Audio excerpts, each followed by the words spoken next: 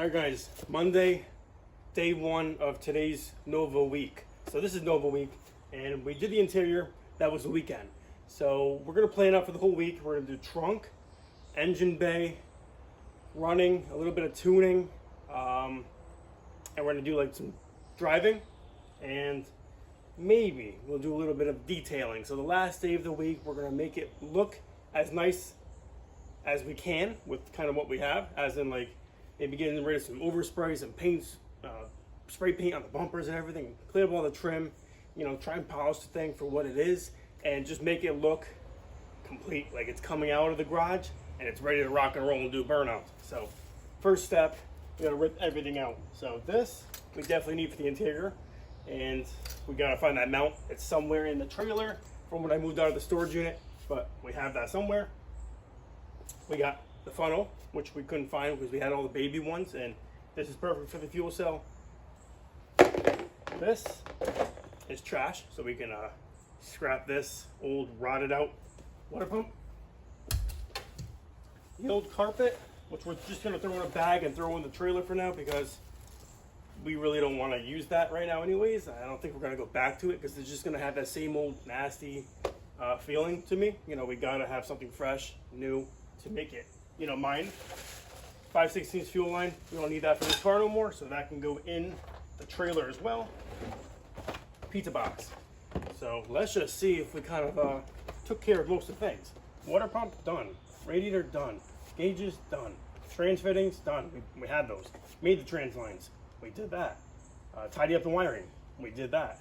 Buy a single battery cable, we pretty much have it. That's done.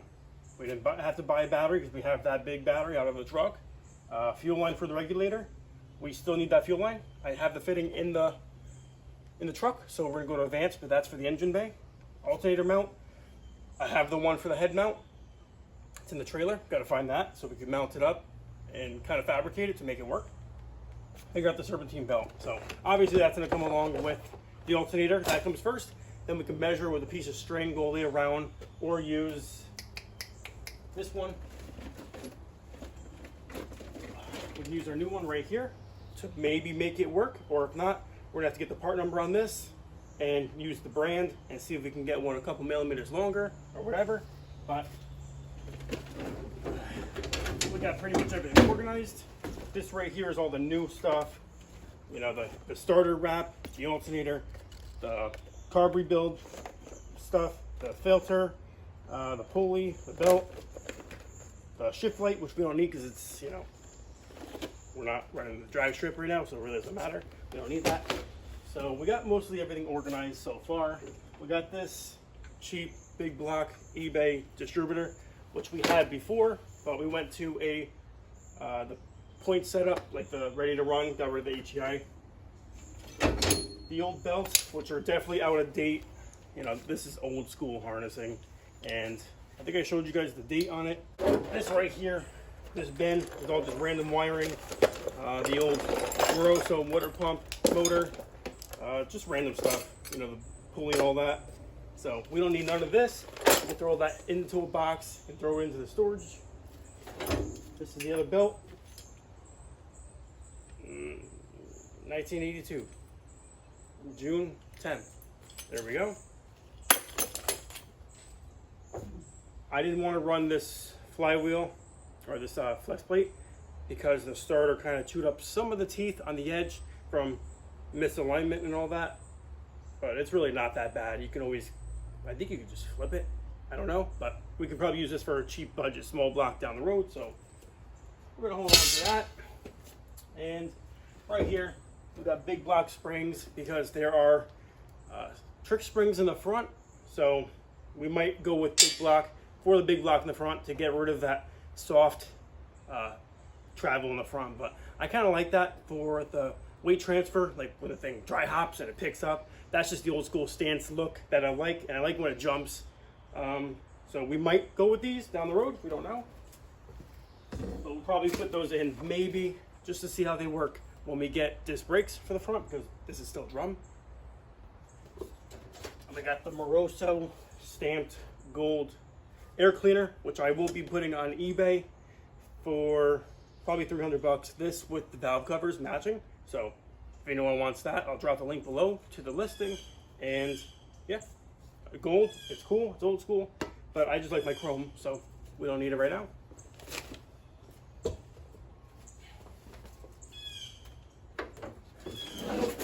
And the last thing in the trunk is this air filter shield, air cleaner shield. So this went between the engine.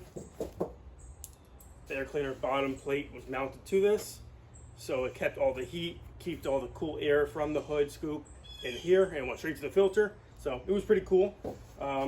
This is old school stuff. I like this stuff, but we'll probably hold on to it just for, you know, a little bit of a nostalgia for the car. So now we're going to show you guys what we're left with in the trunk. So I got you guys mounted on a jack right now, but this is how the trunk's looking. It's super solid.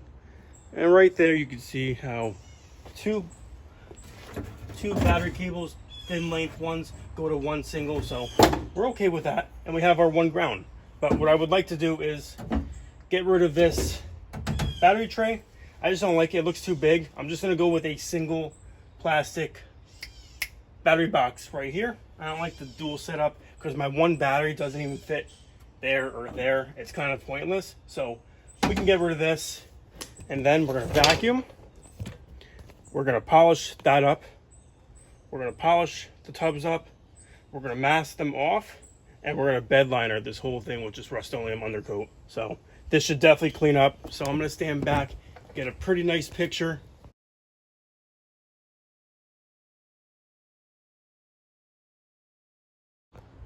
Just my luck.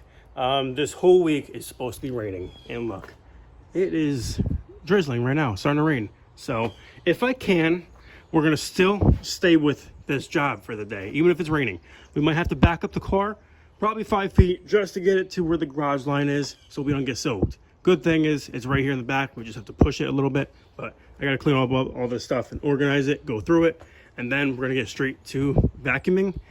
Hopefully this fuel line isn't messed up. It's got to stay right there. It's brass or copper, so it will bend pretty easy, and there's no grommet, which I don't like. But yeah, first step I think is we're going to rip this out. It's just 9/16, 2 or 3 of them going all the way around. So let's do that. I don't like to be Mr. Negative at all, but you can probably see why I hate this state and working on these cars, especially outside. So I can't wait for a shop. Like, look, I'm by myself. I can't even, I pushed the car, I tried to. I can't even get it 5 feet. So I got my strap, gonna try and hook it up to the shackle and to my Grand National underneath the sway bar. Hopefully it's long enough we can pull it this way, because this car's in park, that's neutral, so we're gonna try. Fuck this rain.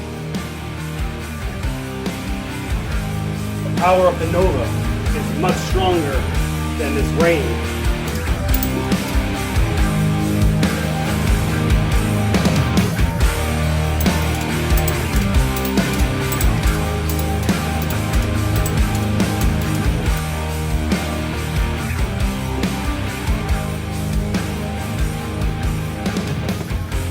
Alright guys, we got it.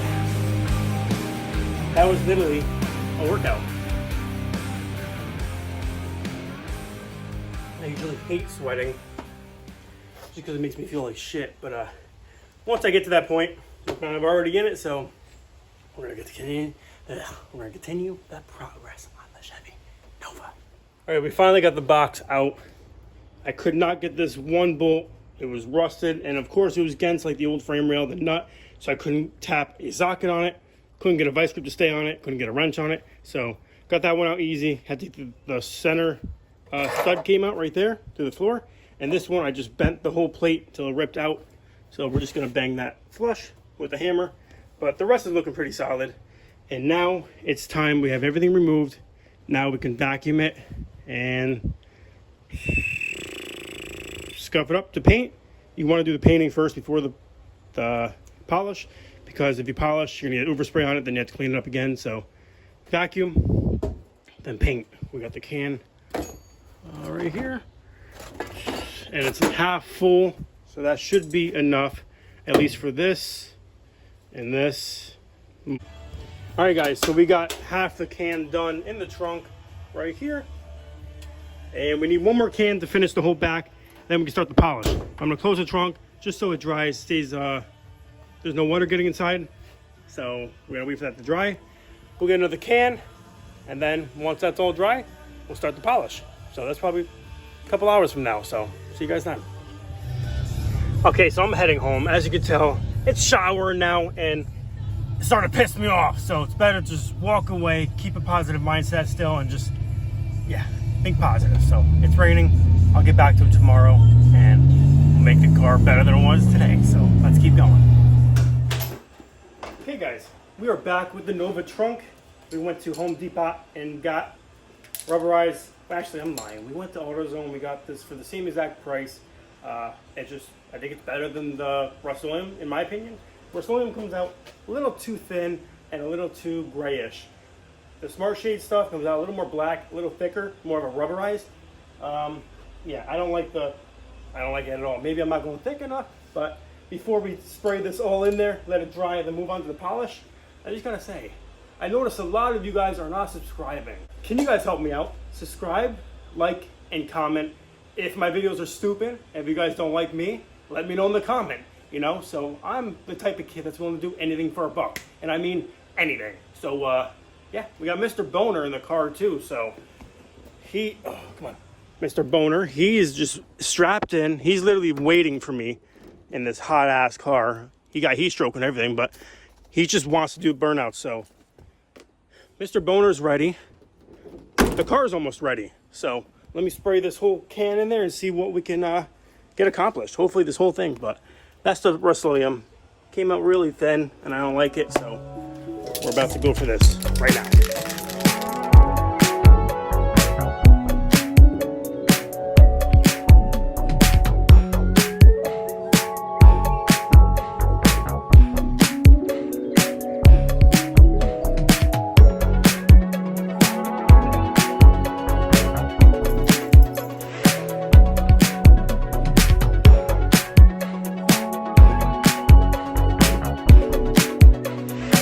Alright, so all the undercoat right here, it's looking pretty good. It dried. So now we're going to move on to the battery box situation. And of course, there's this ridge right here, which I want to run like this, just so it looks cleaner. But of course, if the ridge fits flush like that, but kind of ugly. So we're going to have to run it like this.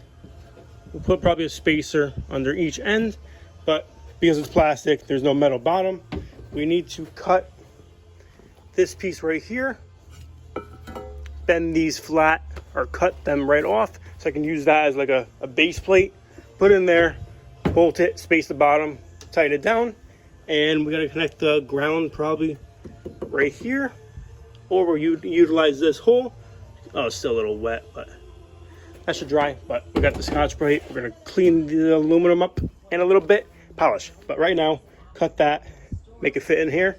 And this battery, of course, is a little too long, so we're gonna have to measure that, get a shorter one, and put it in here, and we're rock and rolling.